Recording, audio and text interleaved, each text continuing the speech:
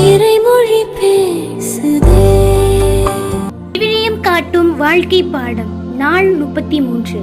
இன்றைய நாளில் லேவியர் புத்தகத்தின் 25 முதல் 27 வரையிலான அதிகாரங்கள் எடுத்துரைக்கும் இறையியல் வாழ்க்கை பாடங்களை பற்றி கற்றுக்கொள்வோம். முதலாவது, ஓய்வு ஆண்டும் விடுதலை ஆண்டும். இந்த அதிகாரம் விவிலியத்தின் மிகச் சிறந்த சமூக பொருளாதார நீதியை முன்வைக்கின்றது.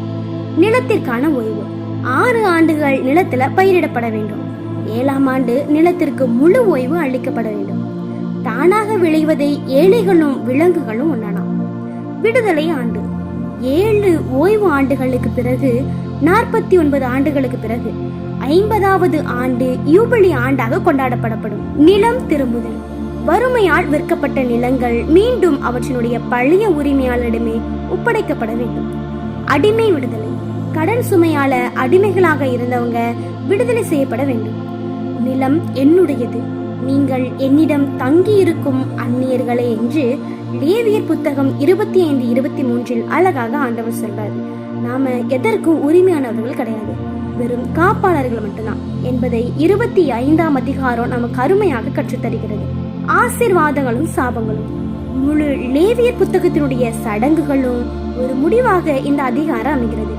கீழ்ப்படிதலின் பலன். மக்கள் கட்டளைகளை கடைபிடிக்கிறதுனால மழை பொழியும், நிலம் பலன் தரும், அமைதி நிலவும், எல்லாவற்றுக்கும் மேலாக ஆண்டவர் அவர்களோடு உலா வருவார் என்பதை நமக்கு எடுத்துரைக்கிறது. கீழ்ப்படியாமையின் விளைவு. மக்கள் வழி விலகி சென்றா நோய், பஞ்சம், தோல்வி மற்றும் சிறையிருப்பு நேரிடும் என்று எச்சரிக்கப்படுகிறாங்க. மனமாற்றம். ஒருவேளை மக்கள் பாவம் செஞ்சு தண்டிக்கப்பட்டாலோ அவங்க மனம் வருந்தி திரும்பினா ஆண்டவர் தம்முடைய உடன்படிக்கையை நினைவு கூர்ந்து அவர்களை ஏற்றுக்கொள்வார் என்பதை 26ஆம் அதிகாரம் நமக்கு கற்றுத்தருகிறது. நேர்ச்சைகளும் காணிக்கைகளும். புத்தகத்தின் பின்னிணைப்பு போல அமையக்கூடிய இந்த அதிகாரம் மனிதர்கள் கடவுளுக்கு செய்யக்கூடிய நேர்ச்சைகளை எப்படி நிறைவேற்ற வேண்டும் என்று கூறப்படுகிறது. மதிப்பீடு.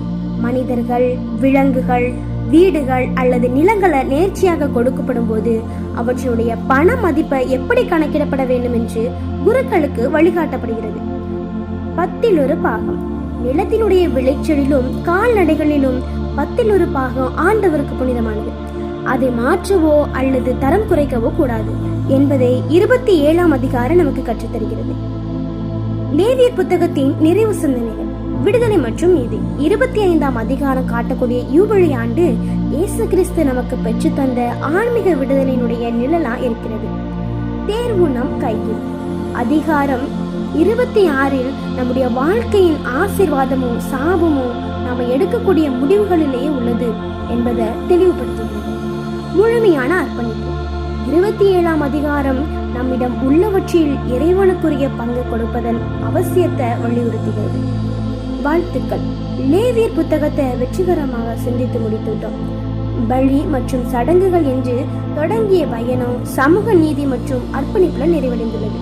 இந்த அதிகாரங்கள் நமக்கு கற்றுத்தரக்கூடிய வாழ்க்கை பாடங்களை நம்முடைய வாழ்க்கையிலும் வாழ்வாக்குவோம். இன்றைய நாளில் இறைவன் நம்மோடு பேசும் இறை வார்த்தைக்கு செவிமடுப்போம். நிலம் என்னுடையது, நீங்கள் என்னிடம் தங்கி இருக்கும் அந்நியர்களே. லேவியர் நூல் அதிகாரம் 25 இறைவார்த்தை 23. இன்றைய இறைவார்த்தை நமக்கு எடுத்துரைக்கும் செய்தியை நம் உள்ளத்தில் சிந்தித்து நம் வாழ்விலும் பயணிப்போம். இந்த நாள் இனிய நாளாக அமைய வாழ்த்துகிறோம். நன்றி.